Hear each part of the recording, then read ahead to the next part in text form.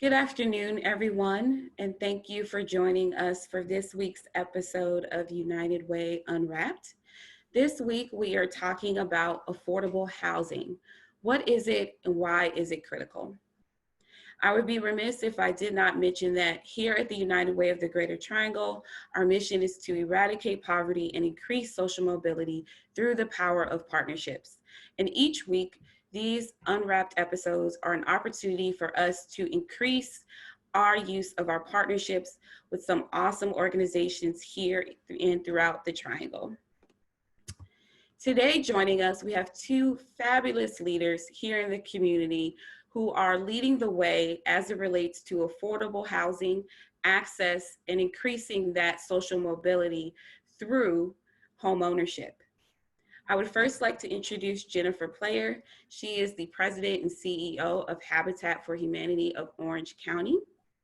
Thank you for being with us, Jennifer. As well, we have Evelyn Worthy, who is the Senior Director of Property Management with CASA.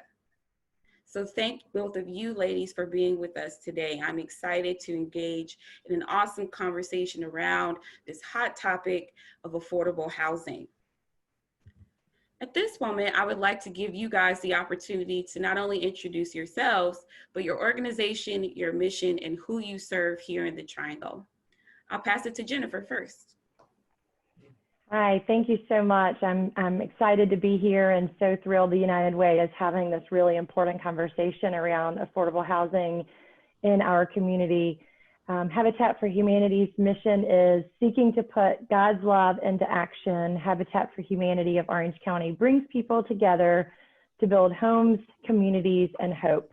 And for us, that looks, we do that in two ways. The first is through our new home construction, which most people are probably familiar with, Habitat building alongside our homeowners to build homes and purchase homes at an affordable rate. And we work with people who earn between 30 and 80% of the area median income. And then our second program is through home repairs. And this is something that's really, we started less than probably 6 or 7 years ago, seeing the need for people who own their homes, particularly seniors and people who are disabled, to be able to have repairs done on their homes, from wheelchair ramps to stair rails all the way to roof replacements and interior work as well. Awesome. Thank you, Jennifer. Evelyn? Hi, yes. So CASA, we are a permanent supportive housing agency. Our mission is to provide access to stable, affordable housing for people who are homeless or are at risk of being homeless, and then we're developing and managing those rental communities. So basically, the core vision for CASA is that the solution to homelessness is housing. We specialize in chronically homeless folks who are out there, veterans, really people who fall through the cracks of being able to live in a traditional affordable housing community. Many of the population that we're serving wouldn't even be able to get accepted into like the housing authority or some things like that. And so our target population are those who are really just falling through the cracks. So we typically serve a population that's 30% or below of the AMI. And we also do have some workforce units which are targeting those who are employed but underemployed and under earning. And so we're actually being able to kind of serve both of those populations that again are being underserved. And so right now we are in 3 counties, in Orange, Durham, and Wake. And we have about 5 new projects in the air. And so we're looking forward to opportunities to continue to serve this very underserved population. Thank you, Evelyn and Jennifer. And what I think is so great about this panel today is that we're really looking at affordable housing from 2 different perspectives, right? But we're talking about access here. And I think that is something that oftentimes goes forgotten when we think about vulnerable populations such as homelessness or people experiencing that, as well as people who are trying to become first-time homeowners or first-time buyers and not having sort of the support or the education that they need to go through the process. And so I think that this is a great opportunity to kind of connect those worlds and really talk about this issue of affordable housing and access and what that means here in the Triangle. And so with that, I think one of the complexities around being a first-time sort of homeowner or first-time buyer is understanding all of the different parts that sort of come together as a homeowner, right? What are all of the complexities that are comprised of buying your first home? So Jennifer, I'll go to you first. How does your respective organization address the many issues surrounding house burden, right?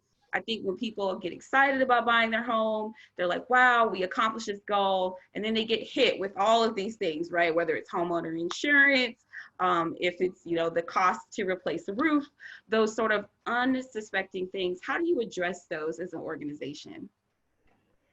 Well, our organization, because we are the builder and we are the lender, this is really baked into the entire process. So from the first day we meet our homeowner or they're accepted into the program, we begin talking to them about what does it mean to purchase a home. And all of our homeowners are first-time home buyers. And so there's a real shift between a rental mentality to when something breaks, it's now your responsibility. And so what we found is that education is better done over a period of time because a lot of the information is new, and in some ways that's a lot to take in. And so you all have probably heard about the sweat equity model for Habitat. So each of our families contributes 275 hours of sweat equity. And some of that is done on the construction site, but much of that is done in education courses. And most of that is preparing to be first-time home buyers. One thing that we have included recently, we actually hired a new staff person last year to focus on maintenance, very specifically to focus on home maintenance. We found that that was too much information when they're talking about the home buying process. And even though our homeowners are actively out on the construction site, there's very different raising a wall on a house and building a wall versus when they need to change their filter later. And so we've really tried to put a focus on maintenance, on creating classes so that families can maintain their homes, but also can save money. Maybe they don't need to call someone to do a repair on their home. Maybe this is something they can do on their own. The other thing I would say as far as, insurance and homeowners associations is, again, we put that into their housing payment up front. And so for us, we look at a 30% of their income being what's considered affordable. And that includes their mortgage payment, it includes their insurance, it includes any HOA fees. And most of our neighborhoods do have HOA fees. And so for us, that's included up front. And that's what keeps their home affordable is that, in Chapel Hill, most of our homeowners would not be able to even afford the mortgage on the Habitat home. We have homes that are appraised between $250,000 and $300,000, and these are Habitat affordable homes. And so we have to include all of that in their housing payment, and we base that on their family's income. No, that's awesome. And thank you for sharing that. I think that gives great perspective for those who are watching and understanding the process as it relates to becoming a Habitat for Humanity sort of homeowner, and how you all really take, really are intentional rather about making sure that as people are going through the process, they really are able to take ownership of it and feel educated around being a first-time buyer and what that entails. And I think that's really important. And we'll talk about this a little bit later on as it relates to maintaining your home and keeping your home ownership, right? And not sort of entering into the other aspect of the complexities of home ownership that we sometimes see, especially during periods in the process where it can become quite complex. Evelyn, I would ask you the same question, but from the lens of, your clientele and the community that you serve. What is that process like as it relates to sort of educating them on becoming sort of property owners again, or even just moving into sort of a rental space? Right, so one of the things that we focus on at CASA is reducing traditional barriers that would prohibit our people from being housed in the first place.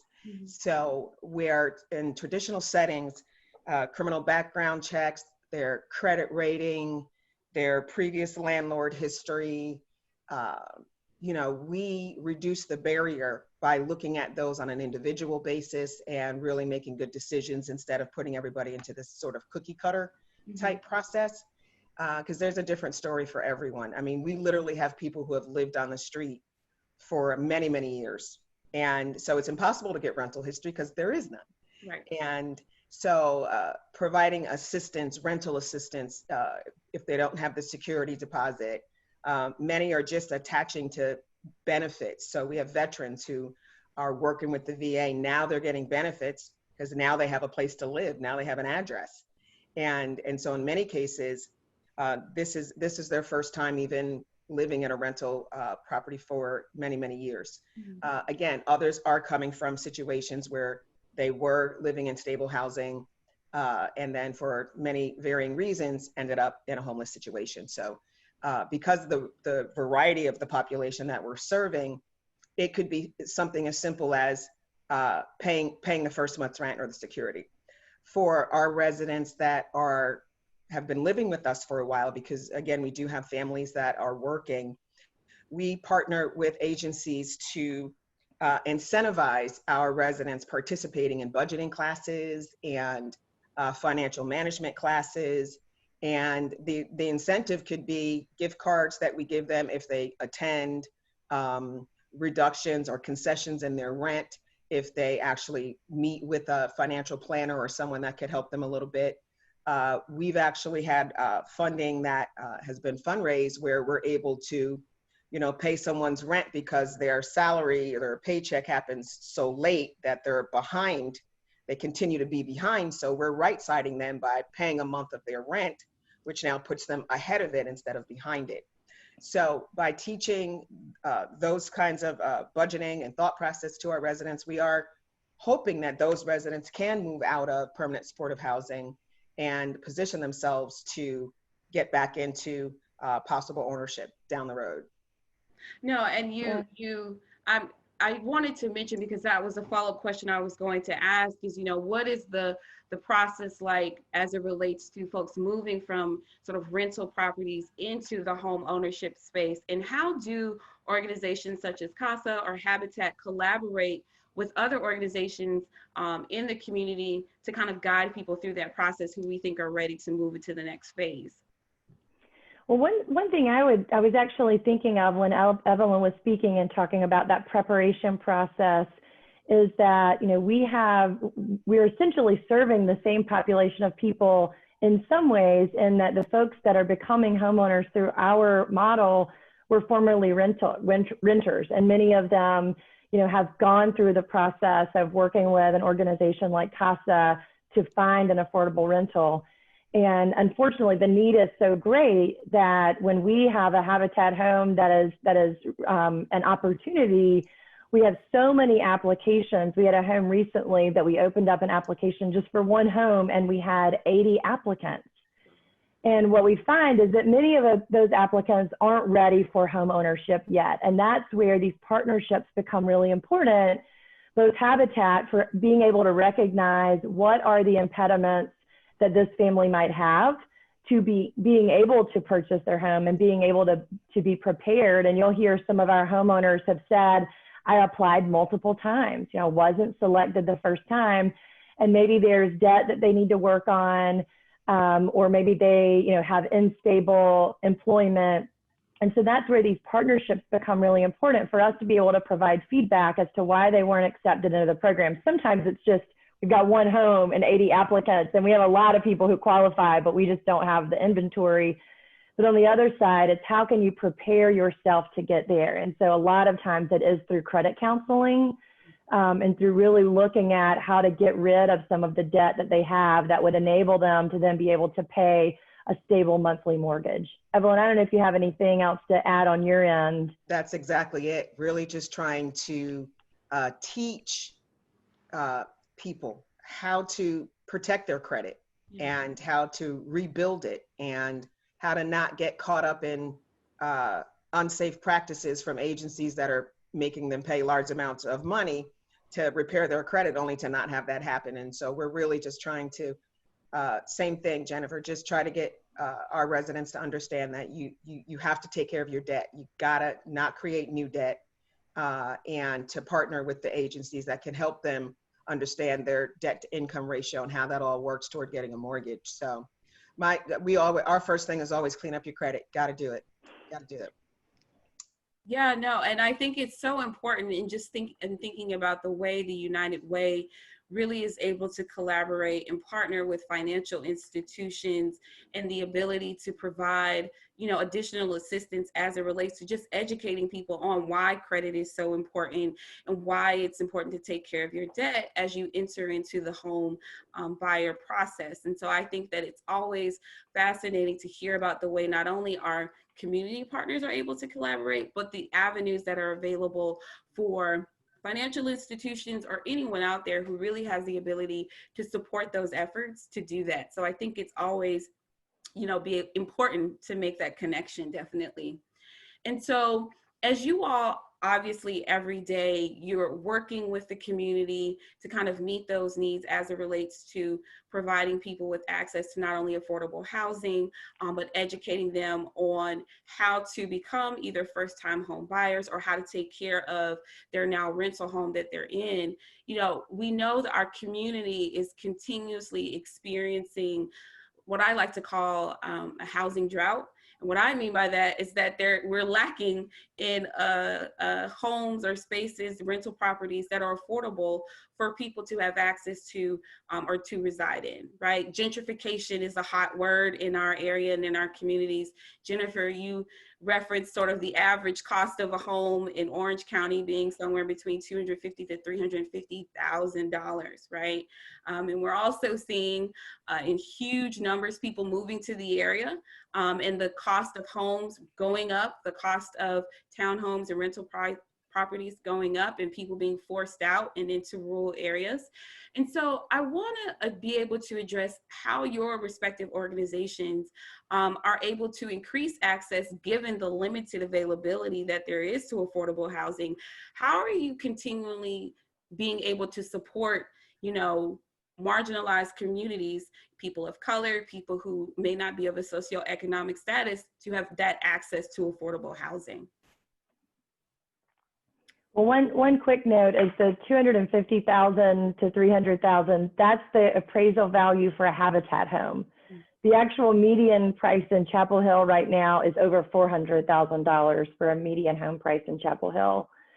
When we think about Chapel Hill in particular and gentrification, I'd like to offer up one model that has been successful. It wouldn't work in every community, but one model that's been successful in Chapel Hill is in the North Side community. It's downtown Chapel Hill. Many people know it because it's where Mama Dips is, right off of Rosemary Street. So it's a historically African-American community, has been in Chapel Hill for generations. The people who built the University of North Carolina lived in this community.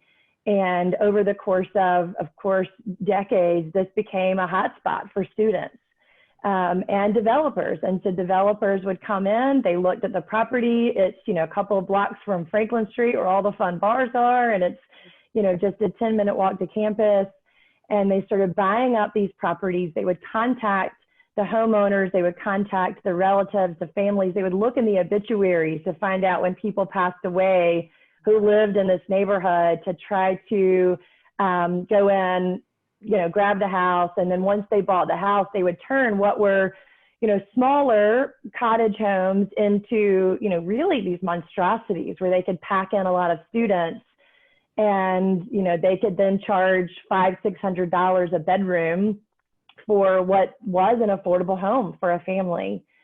And so the model has been, the community recognized that, the town, the university recognized that, really wanted to be able to maintain not just the affordable homes in that neighborhood, but that of course is important, but also the history of that neighborhood and the fabric of that neighborhood and what it always meant to Chapel Hill.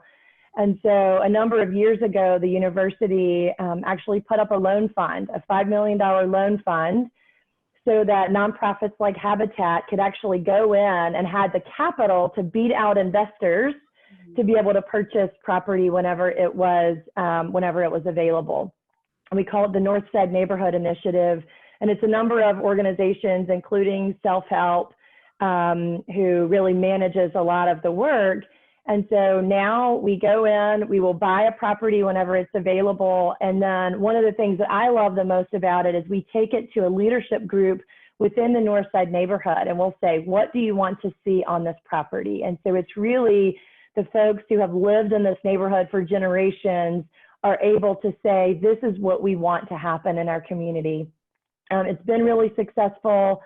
And I think for the first time last year or the year before, that community was actually able to increase the population of Black people moving back into that neighborhood for the first time in a few generations, which was a huge success. And so that's one opportunity. I think, you know, we talk about partnerships in the United Way. It's central to what you all do is how can we partner together? I mean, on one, none of our organizations individually would have been able to do this work. But collectively, with the help from the university and the town, Habitat's now built a dozen homes, and we're building a few more homes this year in that neighborhood. And so I just think the collective partnership model in some ways is going to make it possible to keep homes affordable and to keep some of our neighborhoods from gentrifying. So I think in terms of CASA and increasing the access to affordable housing, one of the things that we looked at was our internal process. We started there with looking at our wait list, which at that point had like 5,000 people on it. And, you know, is that still a viable list? So we went through the process of updating that, got it down to about 2,000 people, 2,000 to 1,800 people who were actually still in need of housing. And then we looked at our internal process of application to keys. So how long was it taking someone once we pulled their application to when they actually got the keys? And we realized that our internal process was extremely long and arduous. And so through the process of lean management, we use the lean process in looking at how can we reduce that time. So we have a homeless person and a vacant unit, and we had all this time in between. And so for us, you know, increasing the access was reducing some of the paperwork, some of the processes where we were typically asking applicants to, you know, go grab this from us and go grab that for us. And we need income verifications and we need bank statements. And one of the things that we started doing internally to increase that access is we started doing it with them. So we had just one person going through the whole process and working with service providers, working with outside agencies, really supporting the applicant from applicant to resident. And in doing that, we reduced the time. It was taking about 84 days from the time we pulled an application to the time a person got a keys. And we reduced that down to 6 days. Wow. And that was pretty amazing because really when we realized that if we just centralized one staff person to work with this applicant through the whole process, because many of them, again, are coming from literal homeless situations and they don't have bank accounts, or they can't get down to Social Security to get their award letter, or they are having trouble getting their information to the housing authority if they now have a Section 8 voucher. And so we realized that we were internally could improve while you know, increasing the access for us is building more units, which we're doing.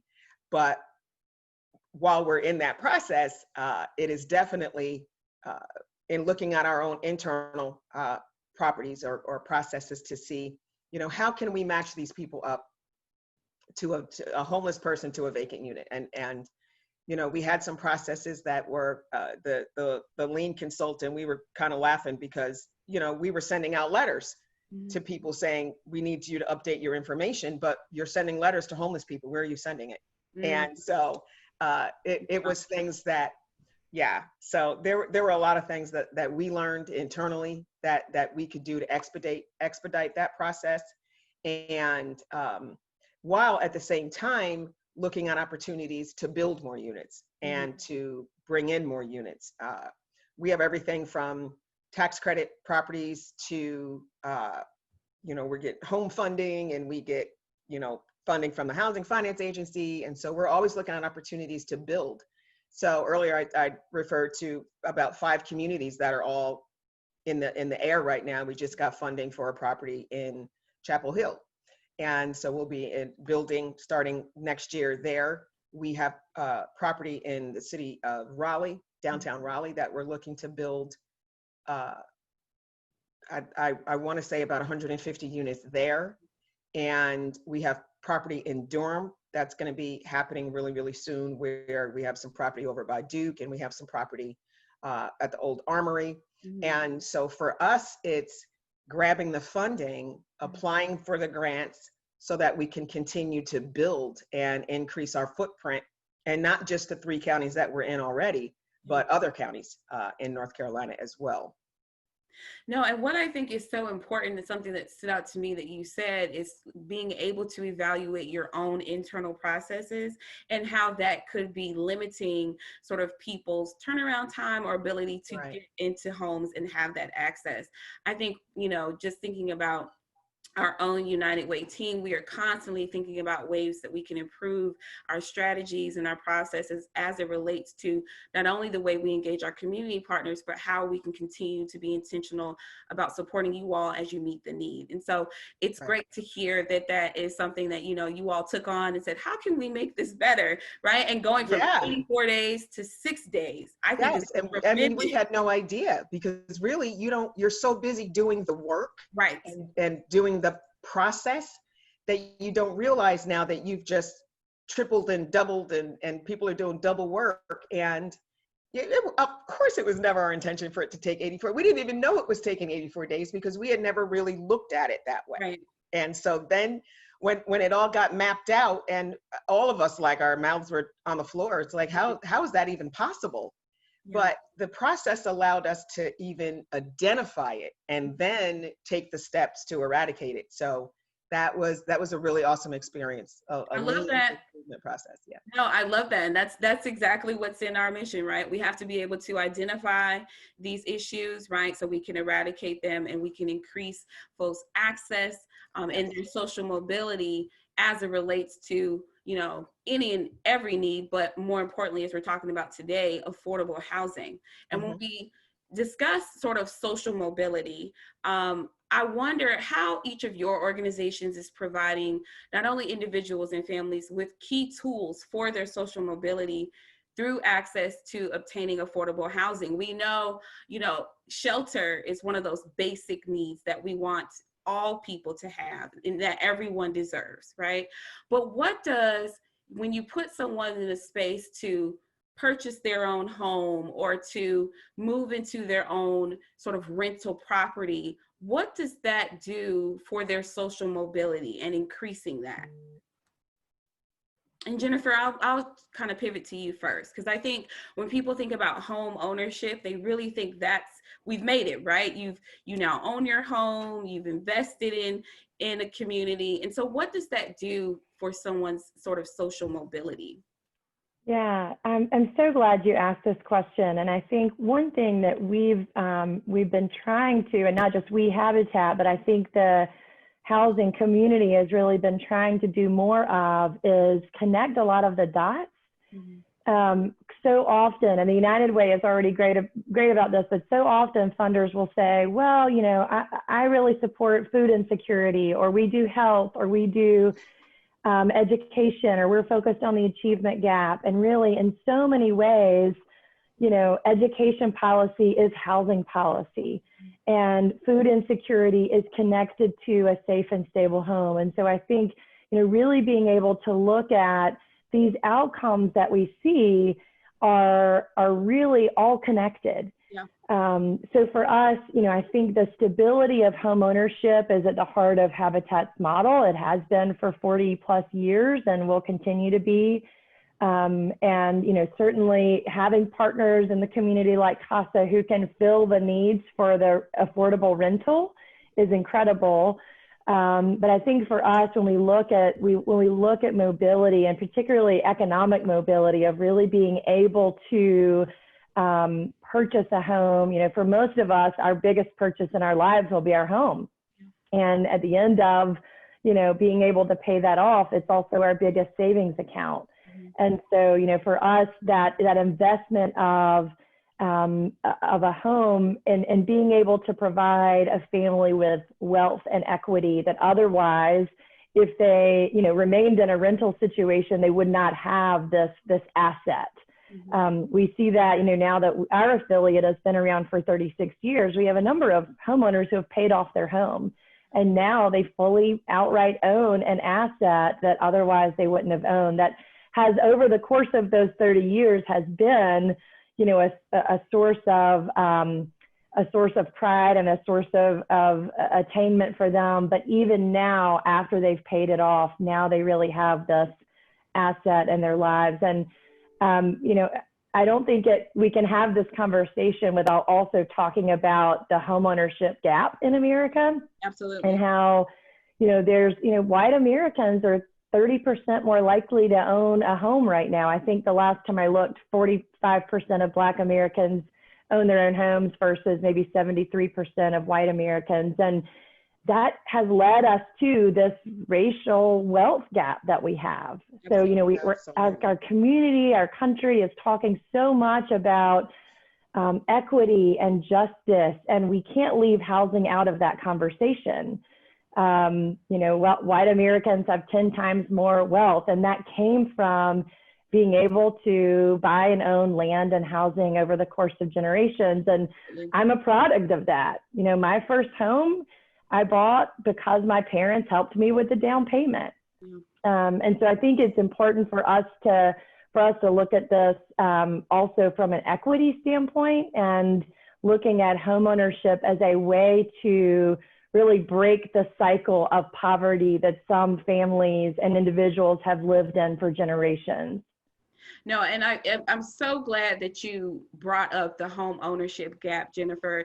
I too saw a very sort of just jargony statistic this morning that said there are fewer African Americans who own their home today than they did in 1968, when there were policies and laws in place that sort of did not grant African Americans access to home ownership. And so for me, as a millennial, as a young person who is looking to purchase their first home, that's concerning, right? And sort of looking at all of the gaps that are currently in place and the access and the issues surrounding that is a huge deal. And I think that we have to bring light to those conversations around why that is, and how organizations such as yours and others are able to increase you know, people's access to home ownership, but then also educating other organizations and external audiences on why this is important, right? And why these things exist, and being transparent about that. I think that's key. Evelyn, you were saying something?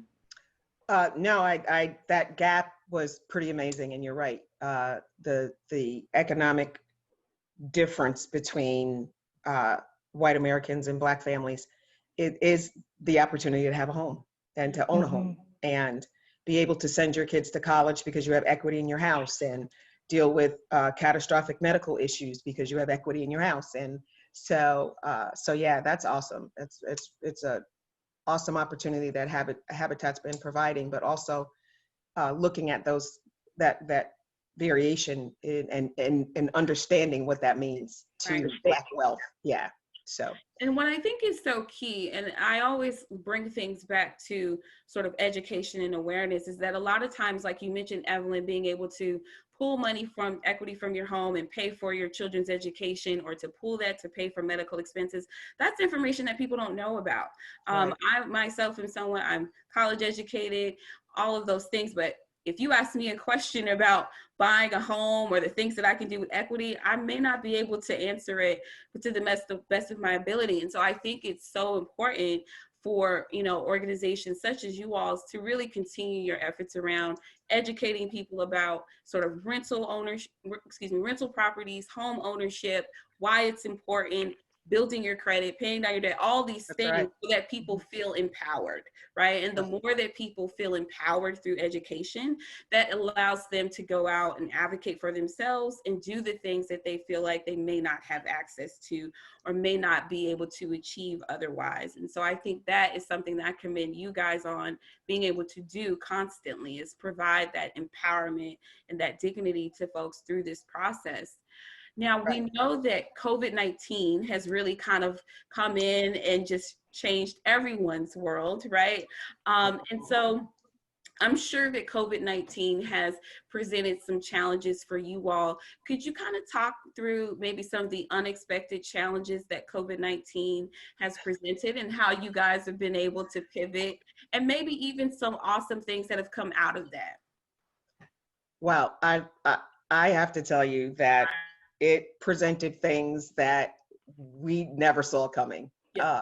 And certainly from being able to transition so easily from office environment to a work from home, that had not been our model. And so none of us really did that. And literally within 2 days, we were all working from home. Wow. And our COO, who was fairly new to the company, had started to build some platforms for us to begin working in virtual type areas and arenas. And so Teams was a Microsoft Teams was something that she introduced a few months before the pandemic, and we would not have been able to transition as easily without having that virtual platform. So we were really grateful internally to be able to have that. In terms of our residents, again, many of our residents have disabilities, mental disabilities. They have serious health issues, and we're not able. It began with their inability to get food, and we had created a fund late last year that we did on Giving Tuesday. We did a fundraising effort for just resident needs. So we fundraised. Our goal was $10,000. We fundraised $30,000 to put in a fund to help residents with rental assistance, to help them with food, to help them with utilities. And again, not even realizing how we were going to really need that a few months later. And so we had that fund. So the initial issues that came up with many of our people losing their jobs, many of our residents who do work. So about 70% of our residents have unearned income. And the other 30% work. Of that 30%, 15% of them are service oriented. So they're working in schools, they're working in restaurants, they're providing support services to businesses that ended up closing. And then there was a large gap between when they could get unemployment. It was taking a really long time. So they were running out of food.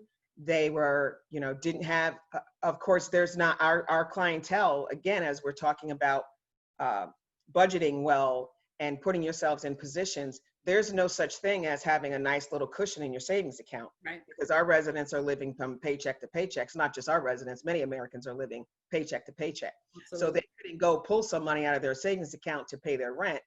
And so again, through these amazing fundraising efforts, through many of the grants that came up, we have raised, between the grants and the fundraising, upwards of $200,000 for assistance. And we got it from many organizations across the counties. And so we were able to provide much of that in rental assistance. So the fact that we started the fundraising was that we wanted to look at not reducing our evictions. So when we did the fundraising in October, November, that was the goal. And we have not terminated a family since October of last year. That's fantastic. It is just amazing that we've been able to do that. And it's all through the partnerships of communities and fundraising. But then we started jumping into, how are we going to get groceries? Because I don't know if you guys remember, but I remember having to go to 2 and 3 supermarkets to find things, because the shelves, I mean, of course, we all know about the great toilet paper caper. So we actually started with providing toilet paper that we could order in bulk, and we were providing that. And then the next thing we're doing is we're providing groceries. Yeah. So we went from Grubhub and Uber Eats, and there was one more that I forgot the name of, that we started getting groceries delivered to people's houses because they couldn't get out. Yeah. And so I can't say enough about what we learned about ourselves, which is we can engage really quickly in a crisis, but our population is so sensitive, more so than most, because they needed their medication. That's how they stay stable, because many of our residents have mental disabilities. We needed to make sure that they had their meds so that they could continue their stable lifestyle that they've now acquired since moving into a permanent home. And so I'll tell you, the fundraising efforts, our ability to engage and enlist our staff, everybody was hands on deck. We've now since been able to hand out PPEs for all of our residents, where everybody has masks and gloves, and we're making sure that they have what they need when they need to go out into the community, that we're covering ourselves when we need to go inside the unit. And so through these really amazing fundraising efforts, we've really been able to feed our residents, keep them in their housing by not evicting them, and provide them with the PPEs that they need to continue their stability. I mean, everybody was afraid that they were going to be evicted. Yeah. And we didn't need the government to tell us not to do it.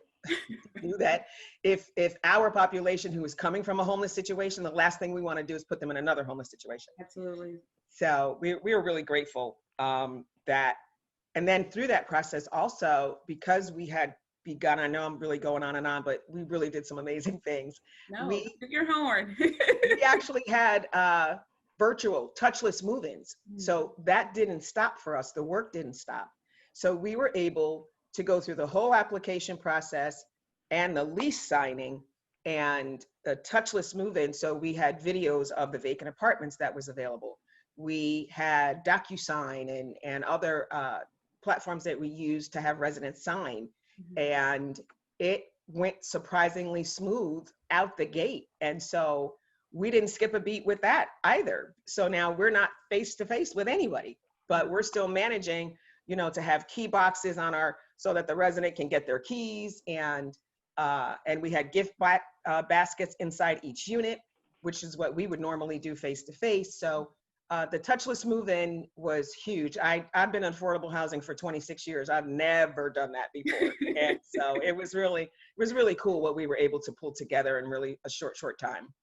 No, I'm always amazed at sort of the foresight that organizations had to introduce new platforms prior to COVID, not knowing what was coming, and then all of the great things that were able to come out of that. So as you mentioned, the virtual or touchless move-ins, and your ability to really pivot to meet those basic needs that you knew instinctively would be important to really maintaining your communities and serving your clients well. And so I commend you on that, and continuing to do that work, because I think that it's something that none of us anticipated, right? But we were able to pull our skills and really be effective and meet the need and continue to do that. So I think it's awesome. Jennifer, how was Habitat able to address some of those challenges during COVID-19? Yeah, Evelyn, I'm so glad you just talked about the technology piece, because I hadn't thought about that until you mentioned it. But, we did, in the first part of COVID, we had 12 house closings. And if you've ever sat through one of those, it's you in an attorney's office and you're signing, packets and packets of paper.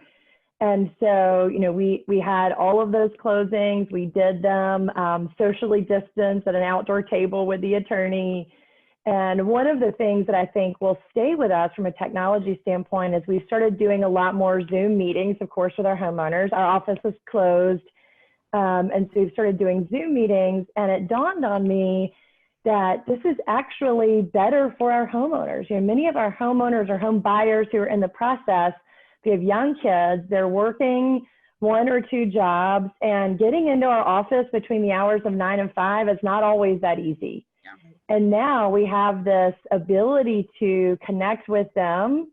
And I think that's going to stick around. I was actually saying the other day that, in my role, I've become increasingly more distant from our homeowners, and it makes me really sad over the past couple of years. I just don't get to the site as much. And I said, now that you're doing them on Zoom, just invite me and I'll come in and I can meet them. And, you know, it just some things it's going to make actually simpler for us and more importantly, better for our homeowners. They don't have to drag their kids into our office after they've been at school all day or leave work. We can set up a Zoom call when it's convenient for them. So that I think has been important. Even another silver lining has been the way that our homeowners have taken care of each other. You know, in our mission statement, we talk about building communities, and it's really important to what we do is to build communities where people, and we have people who are really diverse, who are coming from lots of backgrounds, but where they create relationships with each other. And so very early on, we saw homeowners checking in on each other, sitting at home, making masks and distributing them to their neighborhoods. We have one homeowner who started doing live cooking classes from her kitchen to talk about how you can take what's in your pantry and make it work and cook a healthy meal at home. So that's been really encouraging to see. On the challenging side, you know, volunteers, of course, is at the heart of what we do, and it's how we keep our homes affordable. And so we had to shut our construction site down to volunteers. We opened that back up in July, but, you know, have limited the number of volunteers that we can have out and who we have out. And that's really slowed down our production. So when you rely on, for example, college students to be a big part of your volunteer force, and, you know, I think even if they could come back, I'm not sure that we would invite all the college students back right now. But that's been really hard. And some of our homeowners have been waiting. They've been approved for the process. They've been approved for their home. And now they have to wait on us because we're not able to build as many homes as we used to. So that's been a challenge. And another thing is that, you know, we did a survey of our homeowners back in August. So it was before school started back. So I know now a lot of our homeowners have kids at home and they're doing homeschool just like I am. But the top two concerns from our homeowners then actually weren't their finances. It was mental health and social isolation. And so, you know, even our families, you know, I would love to say, and I hope it's true, that because they have a more stable mortgage payment, they're not at risk of eviction, that maybe they have some savings, they had some extra, you know, unemployment and the stimulus from the government that maybe helped them through this portion of time. Most of our homeowners have actually not had a problem paying their mortgage, which has been great. But they're struggling just like the rest of us with mental health, with, you know, having kids at home, if they have addictions, if they have, you know, challenges, struggles. Some of them, as Evelyn said, are still frontline workers and caring for family members at home. So the top challenges that we've heard from our homeowners are feeling isolated and also, you know, those mental health challenges. Yeah. And I think those are sort of common threads across the board that we've noticed with many of our partners and how they're pivoting to either assist with addressing those or addressing them directly themselves. But I do think it's awesome how both, you know, CASA and Habitat for Humanity have been able to eliminate barriers just in the use of technology and being able to apply that to your processes and make it more easy for your communities that you serve to either go through the home buying process or to go through the process of getting their own apartment. So I applaud you all and your teams that you work with respectively on being able to pivot and address those challenges head on, right? But also continue to highlight the positive things that have come out of those experiences. So thank you for that. I do want to give an opportunity for our audience to ask questions. So if you have any questions, feel free to drop those in the chat at this time. And while we're waiting for folks to ask or share any questions they may have, I would love if you guys could share how our audience and others alike can support your respective organizations right now. What can we do to continue to make sure that, you know, first-time home buyers or folks who are entering back into their own apartment or home space are continuing to receive that support from you all? I think basically, I mean, even before I answer that, I just want to go back really quickly to the COVID thing and the support.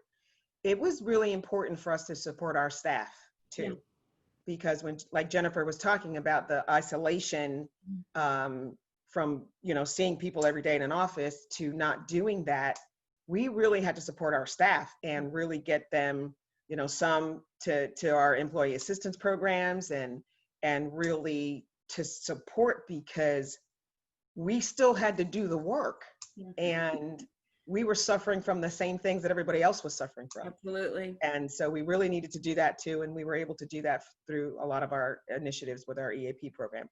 But one of the big things to support CASA is fundraising. I mean, it is really huge for us. We're able to do so much. We're a very small nonprofit. A lot of nonprofits tanked during this time. In the last few years, actually, it's been getting worse and worse, and certainly in the last 6 months. Yeah. And so our fundraising initiatives are imperative to what we're able to do and how we're able to provide services and support our residents and our team. And, you know, in terms of supporting our residents, again, you know, having a stable home improves their mental health. It improves their ability to, you know, keep their medical health good. If you're living in street or in shelters or in hotels, it's really hard to get yourself stable. And so to have a stable environment and a stable home improves every area of your life. And so we're seeing reduced visits to the ER. We're seeing reduced visits to having to go into a mental health facility and get stable again. So we're seeing those reductions as we begin to continue to support our residents and to be able to have stable homes. We're seeing our kids before this virtual learning, we're seeing our children getting more stable, because now they're not catching a school bus from a hotel, but they're catching it from their community. Yeah. And so, you know, for CASA, so many agencies in the community already give us an amazing amount of support. We partner with many, and a lot of it is just helping our residents stay stable, you know, assisting us in getting them into stable housing, helping us to create more stable housing, and helping us to move our residents out to other housing opportunities outside of CASA. And so we're grateful for all the partners that we have, and grateful for those who pour in their time and their money. We have a great volunteer group also. So pulling in your time and your funding and support is great for us. So thank you all who are doing that. Awesome. Jennifer? Yeah, I mean, money absolutely all the time is what, you know, keeps us going and makes what we do possible. But I also wanted to add in a nod to advocacy, because right now, I mean, you all know, you know, our elected officials are looking at the next stimulus package. And, you know, this eviction crisis is real. The last time I heard, there's 30+ million people who are at risk of being evicted due to COVID. And we're going to see the ripple effects in the triangle. We're going to see the ripple effects in our own communities. And so I think, you know, advocating with our elected officials to include housing into the stimulus bill is really important. And so, I mean, I think advocacy right now on a national level, even on a state level, there are a lot of efforts right now to try to make sure that this housing crisis that has we've already been in crisis mode, but now even more so. And I mean, lots of news, stations have already started picking up people who are getting evicted, and they really are. They're back on the streets. They have nowhere to go. There's nowhere affordable. I was on a call the other day with the chamber who was talking about the real estate market in the triangle, and how, you know, houses right now are getting over asking. And so construction is booming, real estate is booming, and the folks that we serve are on the complete opposite end of that. Affordability is becoming more and more evasive, and this eviction crisis is real. So I would just say advocacy, you know, contacting especially right now, our state senators, to ask them to make sure that housing is included in our next stimulus package. It's a way that you can, from your home, use your voice, and of course, vote. Yep. There are things that we can do right now to be able to use our voices collectively to say housing is important. You know, look at the candidates' housing policies. I mean, that's really important. What are we saying we want to do about housing, not just today, but years into the future, because this housing crisis, unfortunately, is not going anywhere. And again, just to piggyback on that, Jen, not only are residents going to be losing their homes, but you have small landowners, small landlords who are not paying their mortgage and who are going to get eaten up by larger companies who's now going to buy these, you know, quads or real small units, and then again take out the affordability of the home. And so the ripple effect is going to be horrible if the residents can't pay their rent, which means now the landlord can't pay their debt, which means now bigger companies are going to come in and buy it all up, and just the crisis is going to just duplicate and triplicate, and it's just a horrible thought process. People, we need the money. Yeah, absolutely. And I'm so glad you mentioned that ripple effect, right? And how that impacts everyone in different phases of this issue, right? And so advocacy, yes, I'm so glad you brought that up, Jennifer. Absolutely. It's really key, and encouraging people to vote and know what they're voting for, right? Understanding what you're voting for when you do. We did have a question from someone in our audience for Evelyn. Does CASA have a model for feeding Habitat clients or people for homes that may be available? We do not at this process. Right now, we're in the process of getting our residents to even think about the possibility of home ownership. So when you're used to, you know, living in affordable housing, it's generational. So we've got mom living in one unit, the son living in this one, the grandkids living in that one. So for us, it's breaking the mindset that you can't get out. And so we're starting on very basic levels of think about it. We want you to think about that you can break this cycle and own your own home down the road. And so we're still in that process of, we need you to even think bigger. We need you to think outside the box. And if you're interested in doing that, then there are some partners that we can connect you with. There are some things that we can help you do.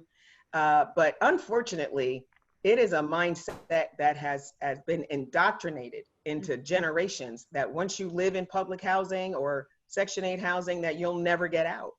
And so for us, it's really just breaking that mindset and really getting people to the point where we can connect. And we would love to be able to do that. I can't even get some folks who have some decent income.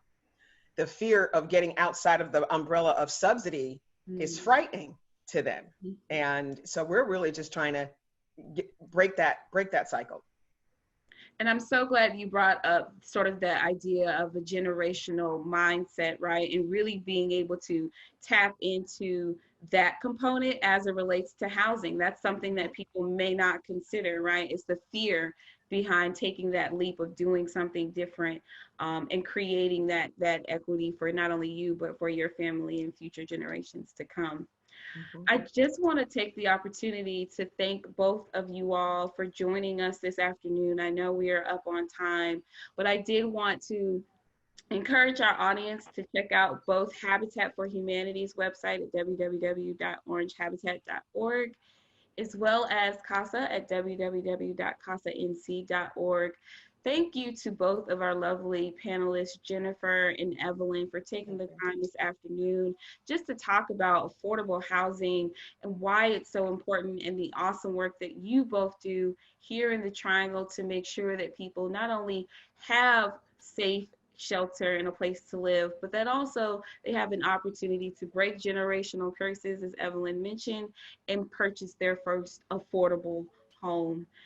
If you have additional questions or would like more information about these awesome organizations, again, check out their respective websites. You can also learn more about them at the United Way and our website. So please feel free to do so. Thank you, ladies, again. I hope you have a wonderful afternoon. And this is this week's episode of United Way Unwrapped. Thank you. Thank you so much.